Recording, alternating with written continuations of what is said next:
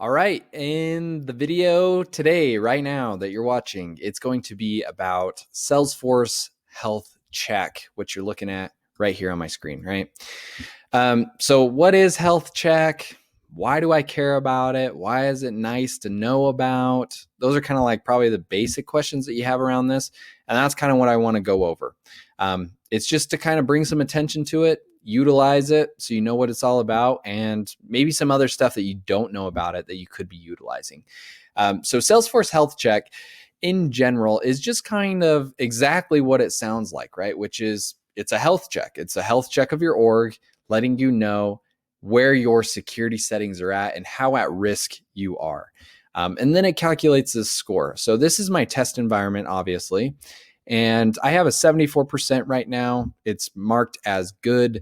You can obviously get it higher. There's some obvious things down here that you're seeing as high risk that I could enable that are disabled right now, that would improve that score. So it's kind of cool because I could just hit fix risks if I wanted to, if I had quite a few. And it has all these different things, and it's letting me know, hey, this is critical, critical, critical. And it's letting me know where it's taking place. It's letting me know what my value is and what the standard should be. Now, you're probably wondering, like, what is the standard? Well, the standard right now for me is the Salesforce baseline standard. Something I didn't know before I made this video is you can actually change this baseline to something else. You can import up to 5 custom baseline standards for your own specific org, and you can do that by clicking the gear icon, saying export or import. Right? Import would be the one that you want to use if that's fitting to your category.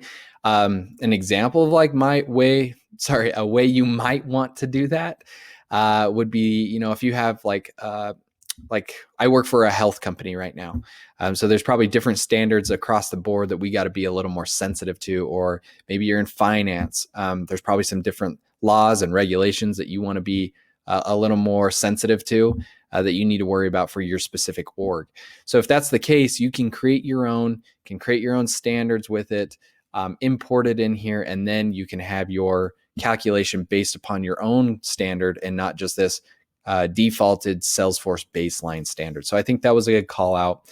I showed you how to fix them. And then obviously, as you're scrolling down, you can see the critical risks. You can see the warnings. You can see where I'm also compliant in the high risk areas. And that goes down and it breaks it down into medium risk, breaks it down into low risk as well. So you can kind of probably try to focus more on these high risk security settings, so you can get those taken care of more versus, maybe just jumping right away at some of those low risk ones. And as you do so, this will improve your score.